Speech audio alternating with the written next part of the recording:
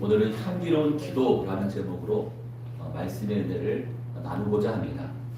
우리는 출애굽기에 기록된 성막의 구조, 또 성막 안에 있는 여러 기구들, 또 제사장의 의복을 통해 하나님께서 얼마나 간절한 마음으로 당신의 백성들과 만나기를 원하시는지 이미 살펴보고 있습니다. 그리고 이어지는 오늘 본문은 성소 안에 있는 분향단에 관한 말씀입니다. 분향단은 지성소 휘장 바로 앞쪽에 곧 하나님의 임재와 가장 가까운 곳에 위치하고 있습니다. 여러분, 지금 예배당으로 한번 비유를 해보면 이 강단, 단상이 있는 제가 서 있는 이곳이 바로 지성소에 해당이 되고 요 사이에 두꺼운 휘장이 지금 쳐져 있는 거예요. 여러분이 앉아 있는 곳이 성소가 됩니다. 그러면 요 지성소 가장 가까운 곳이라 치면 바로 앞에서 찬양인도 했던 바로 이 바로 앞자리, 여기에 지금 분향단이 위치해 있다는 거예요. 그곳에서 향을 피우는 그런 행위가 진행이 되는데 이것은 단지 종교적 의식이 아닙니다. 하나님은 성막이라는 이 만남의 장소만 저희에게 준비해 주신 것이 아니라 그곳에서 하나님과 교제하는 방법, 그 기도에 관해서 가르쳐 주고 계십니다. 결국 하나님과의 관계는 여러분 기도를 통해서 세워집니다.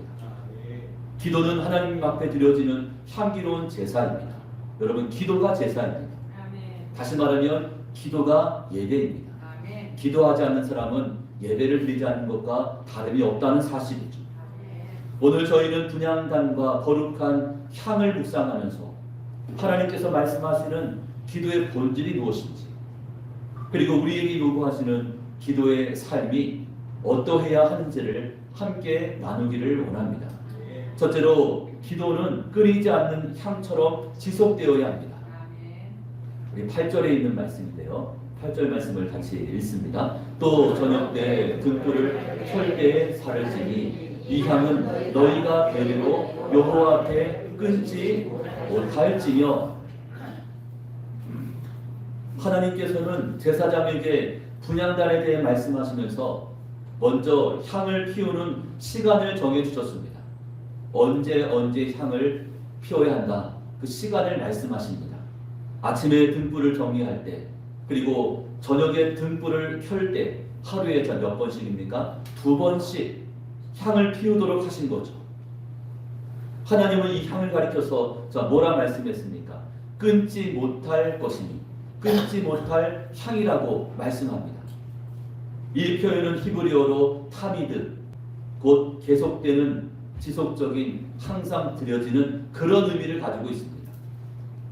이처럼 제사장의 하루 일과는 향으로 시작해서 향으로 마무리가 됩니다. 이것이 그들의 일상입니다. 그들의 주된 사역이었습니다. 하나님은 왜 이 향불을 끄지 말고 계속해서 향을 피워두라고 그렇게 말씀을 하셨을까? 자, 성경에서의 향은 일반적으로 기도를 상징합니다. 시편 141편 2절 말씀에 이렇게 기록합니다. 나의 기도가 주의 앞에 분향함과 같이 되며 나의 손 드는 것이 저녁 제사같이 되게 하소서.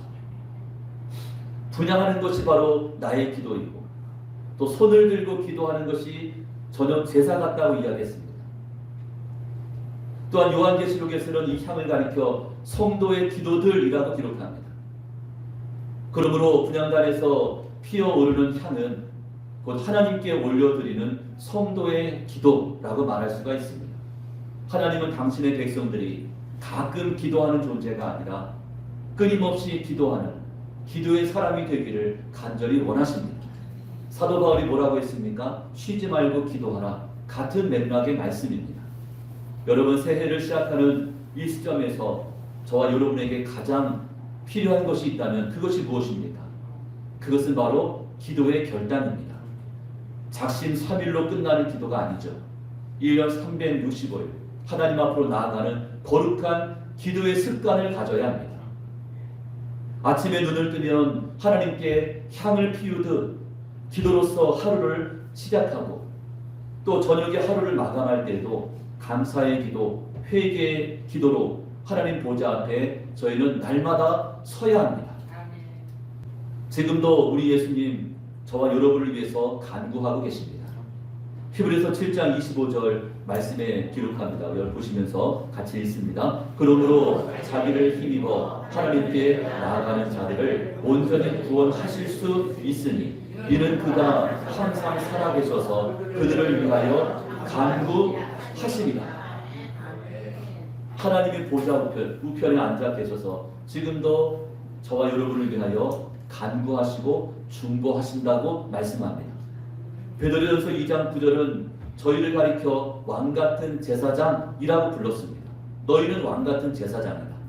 구약시대에 기름 부음 받은 그들만 제사장이 아니라 믿음 가진 모든 성도가 왕같은 제사장임을 밝히고 있습니다. 제사장의 사명이 무엇입니까? 끊임없이 하나님의 앞에 나아가 중보하는 겁니다. 주님 앞에 서서 기도하는 거죠. 이게 제사장의 주된 사역입니다. 자, 이 책임은 오늘 믿음을 가지고 있는 저와 여러분에게도 동일하게 주어졌습니다. 저와 여러분은 예수님의 중보 사역을 이어가는 왕같은 제사장들입니다.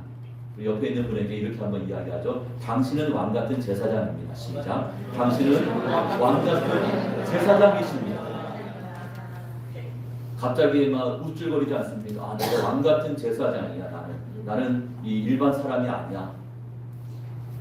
여러분, 왕같은 제사장은 본인 필요할 때만 향을 피우지 않습니다. 내 마음이 내킬 때만 향불을 켜지 않습니다.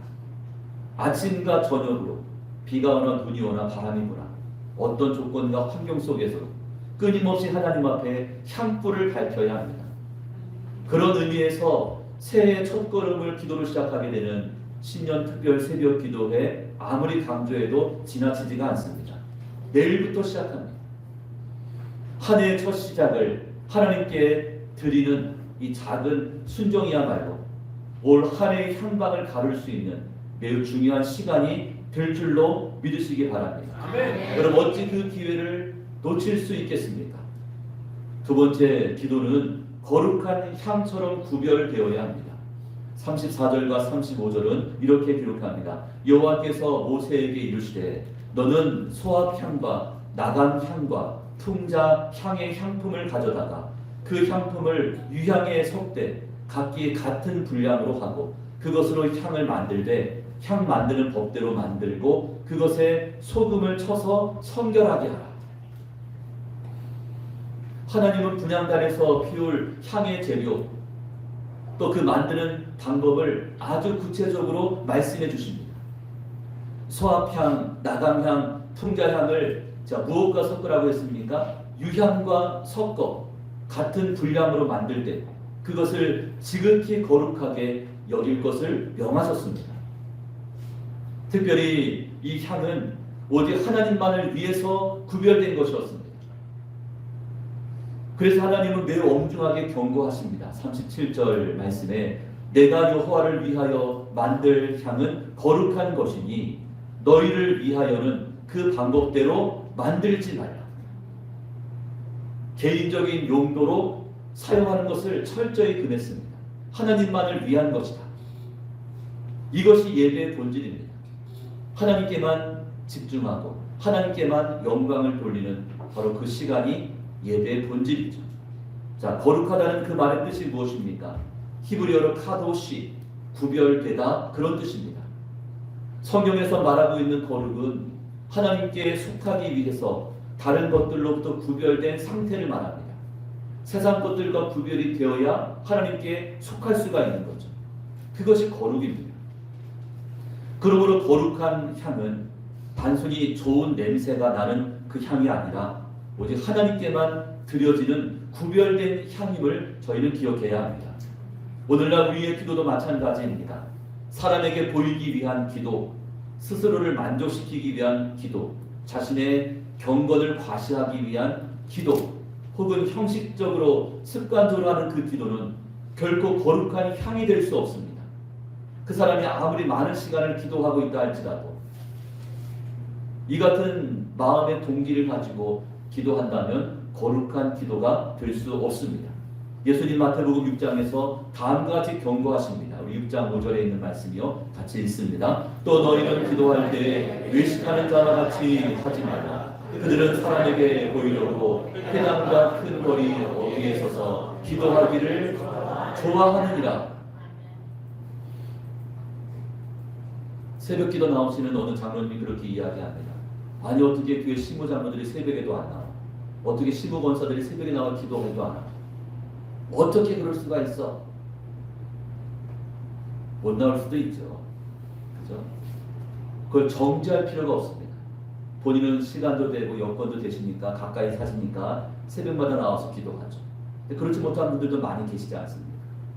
그걸 가지고 기도할 제목이지 정지할 제목은 될 수가 없습니다. 여러분, 거룩한 향에는 다른 것이 섞여서는 안 됩니다. 순수한 재료만 가지고 그 향을 만들어야 합니다.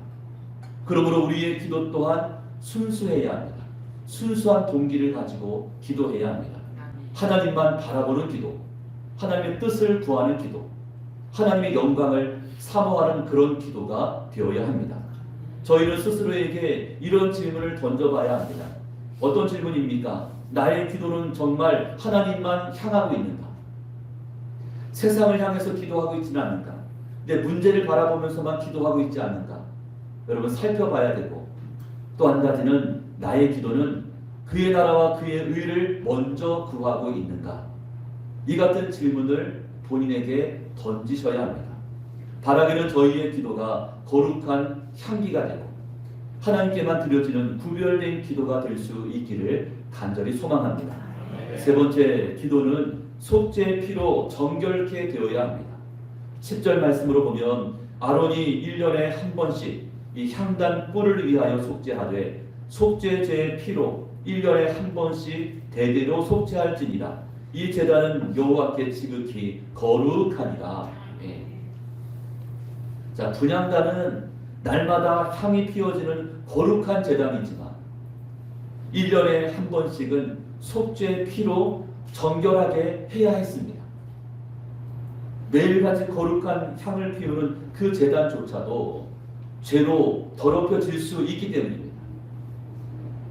이것은 우리의 기도, 우리의 예배도 하나님의 은혜 없이는 완전할 수 없다는 그 사실을 저희에게 보여주고 있습니다.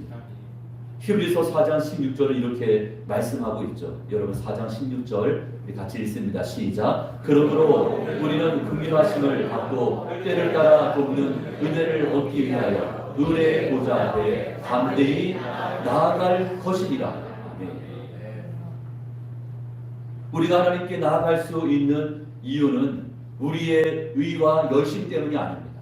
내가 의롭기 때문에, 내가 열심을 품었기 때문이 아니죠. 오직 예수님의 십자가 피, 그 보혈 때문입니다. 우리의 기도가 하나님께 상달될 수 있는 이유도 우리의 말솜씨나 우리의 간절함 때문이 아니라 대제사장이신 예수님께서 우리의 기도를 가지고 하나님 앞에 서 계시기 때문입니다. 요한계시록 8장에서 이 같은 진리를 아름답게 증언하고 있습니다. 8장 3절과 4절 말씀을 제가 대독하겠습니다. 또 다른 천사가 와서 제단 곁에 서서 금 향로를 가지고 많은 향을 받았으니 이는 모든 성도의 기도와 합하여 보좌 금 제단에 드리고자 합니다. 향연이 성도의 기도와 함께 천사의 손으로부터 하나님 앞으로 올라가는지라. 향불이 피어서 올라가는 것처럼 성도들의 기도가 하나님께 올라가는도다. 이같이 말씀하고 계십니다. 여러분, 저희의 불완전한 기도가 하나님께 향기로운 향으로 받아들여지는 것은 오직 예수 그리스도의 중보 사역 때문인 줄로 믿으시기를 바랍니다. 그러므로 새해를 시작하면서 저희는 더욱더 겸손해져야 합니다. 우리의 기도 제목이 아무리 훌륭하고 또 우리의 결심이 아무리 강하다 해도 우리에게는 여전히 그리스도의 은혜가 필요합니다. 그래서 기도의 자리는 나의 실력을 자랑하는 자리가 아니라 하나님의 은혜를 붙잡는 자리입니다. 예수님의 보혈을 의지하여 은혜의 보좌 앞으로 담대히 나아가야 합니다. 우리의 연약함을 인정하고 나의 죄된 모습을 인정하고 그리스도의 완전하심을 의지하는 것, 이것이 바로 참된 기도자의 바른 자세입니다. 나는 죄인입니다. 나는 연약합니다. 나는 믿음이 없습니다. 나의 믿음 없음을 돌봐주시고 나의 죄를 용서하옵소서. 하나님만 의지합니다. 이것이 기도자의 바른 자세입니다. 네 번째 기도는 향기로운 삶으로 드러나야 합니다. 분향단에서 피워지는 향은 성소 전체로 퍼져갑니다. 향기는 말없이 퍼집니다. 설명하지 않아도 그 존재가 드러납니다. 이처럼 우리의 기도는 우리의 삶을 통해서 증명되어야 합니다. 바울은 고린도 후서에서 이런 고백을 합니다. 자, 고린도 후서 2장 15절 말씀이에요. 보면서 같이 읽습니다. 우리는 구원 받는 자들에게 망하는 자들에게 하나님 앞에서 그리스도의 향기니. 자, 누구 앞에서 그리스도의 향기라고 말씀하고 있냐면 구원 받는 자들 앞에서, 그러니까 믿음 가진 성도들 앞에서도 향기고, 또 망하는 자들, 믿음 없는 자들 앞에서도 그리스도의 향기가 되고, 그리고 마땅히 하나님 앞에서도 그리스도의 향기로서의 삶을 살아가야 한다는 그런 말씀입니다. 향기는 말하지 않아도 멀리까지 퍼져갑니다. 그 향이 멀리까지 퍼집니다. 설명을 하지 않아도 주변 사람들에게 선한 영향을 끼칩니다. 우리의 기도 또한 입술의 고백에만 머물러 있어서는 안 됩니다. 기도할 때는 아주 유창하게 구구절절히 아주 기도 기가 막히게 하시는 분들 많습니다. 근데 삶은 정딴판이죠. 기도 따로, 삶의 모습 따로, 따로 묻은 것도 아니고 따로따로일 경우가 너무나 많습니다. 기도할 때 기도의 내용들이 입술에만 머물러 있는 것이 아니라 삶의 모습 속에서 드러나야 합니다. 출애굽기 28장에서 우리가 배웠듯이 제사장의 옷 가장자리에는 금방울과 석류가 매달려 있습니다. 그래서 제사장이 움직일 때마다 무슨 소리가 들립니까? 방울 소리가 들린다고 했죠. 그 소리가 들린다는 것은 제사장이 하나님 앞에 살아있다는 신호이고 그가 거룩하게 섬기고 있다는 산 증거였습니다. 왜냐하면 이 제사장이 막 움직이면서 주님의 일을 하니까 방울 소리가 계속 나는 거예요. 그 소리 들으면서 아, 제사장이 하나님 앞에 죄가 없어 멀쩡히 살아있구나. 만약에 죄가 있다면 그 즉시 죽임을 당했을 텐데 그럼 방울 소리가 안 들리잖아요. 그러면 아, 제사장이 죄 때문에 죽었구나. 소리가 나고 있다는 것은 이제 주님 앞에, 하나님 앞에 아, 죄가 없어 살아있구나. 여전히 주님의 일을 감당하는구나. 그 증거가 된다고 했습니다. 오늘날 우리의 삶의 현장, 삶의 자리에서도 마찬가지입니다. 많은 말을 하는 것보다 더 중요한 것은 향기 같은 삶의 증거입니다. 굳이 말을 많이 할 필요가 없는 거예요. 믿는 자의 삶을 이같이 향기로 품어내면서 살아가는 것입니다. 억지로 드러내려 하지 않아도, 꾸미지 않아도 은은한 향기로 하나님을 증거하는 그런 저희의 삶이 될 수 있기를 축복합니다. 자, 진정 기도하는 사람은 그의 말과 태도에서, 그의 인간관계에서도 향기가 납니다. 그죠? 말을 할 때에도 향기가 나는 거예요. 그의 삶의 태도에서도 향기가 납니다.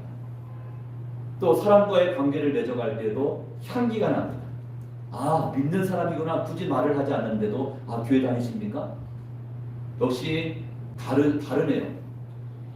향기가 되어 나타납니다. 그의 삶 전체가 하나님을 증거하는 복음의 스피커가 됩니다. 여러분, 우리 모습 자체가 이 복음의 스피커임을 기억할 수 있기를 소망합니다. 자, 출애굽기 30장 오늘 본문은 단순히 분향단의 구조를 설명하고 있지 않습니다. 하나님께서 당신의 백성과 어떻게 교제하기를 원하시는지 분명히 보여주고 있습니다. 하나님은 우리에게 막연하게 기도하라 그렇게 명하지 않습니다. 친히 분향단을 세우게 하셨고 향을 만드는 비법도 알려주셨으며 또 향을 언제 피워야 하는지 그 시간까지 정해주셨습니다. 이것은 하나님께서 우리의 기도를 얼마나 귀하게 여기시는지를 보여주고 있는 바로 그 증거가 된다는 것이죠. 이처럼 우리에게는 이미 하나님께 나아갈 수 있는 길이 활짝 열려 있습니다. 우리 안에 계신 보혜사 성령도 우리의 기도를 돕겠다고 약속해 주셨습니다. 그러므로 지금 필요한 것은 우리의 결단입니다. 결단이 필요합니다. 자, 무엇을 결단해야 합니까? 기도하기로 결단해야 합니다.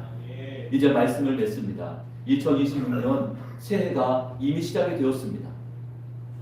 하나님께서 저희에게 특별한 기도의 자리, 그 신년 특별 새벽 기도회를 허락하셨습니다. 다시금 기도의 향불을 살리고자 하는 우리에게 주께서 허락하신 은혜의 시간입니다. 새벽에 드리는 단 한 시간이 여러분의 한 해의 방향을 완전히 바꿀 수 있습니다. 여러분, 이 같은 기회를 주셨는데 그 기회를 모른 척 외면하시거나 설마 뭐 있겠어, 피곤만 하지, 이렇게 부정적으로 생각하시는 분이 혹시 계시지 않습니까? 새벽을 깨우는 여러분의 작은 순종, 여러분의 헌신 통해서 하나님은 여러분의 삶을 친히 붙잡으시고 그 걸음을 가장 선한 길로 인도해 가실 줄로 믿습니다. 또한 분향단의 향은 광야에 서식하는 해충들이 성소에 들어오지 못하도록 막아주었습니다. 향을 피워두니까 해충들이 들어오지를 못하는 거예요. 향 냄새 때문에. 마찬가지로 기도는 우리의 삶을 무기력하게 만들고자 하는 불신과 두려움, 또 사단 마귀의 유혹과 같은 영적 해충의 침투를 차단시킵니다. 기도하는 사람에게는 그 영적인 어둠의 세력들이 틈을 탈 수가 없는 거죠. 그것이 기도의 응답입니다. 기도의 향불이 꺼지지 않는 한 우리의 마음, 우리의 생각, 우리의 가정, 우리의 교회를 거룩하게 지킬 수 있습니다. 여러분, 기도하는 사람은, 기도하는 가정은, 또 기도하는 교회는 망하지 않습니다. 이처럼 기도는 단순히 응답을 얻어내는 기술이 아니라 하나님과 동행하는 우리의 삶의 방식입니다. 때때로 기도가 막히는 것처럼 느낄 때가 있습니다. 또 하나님이 침묵하시는 것처럼 보일 때도 있습니다. 그러나 그때야말로 기도의 향불을 꺼야 할 때가 아니라 기도의 심지를 살피면서 다시금 기름을 부어야 할 시간입니다.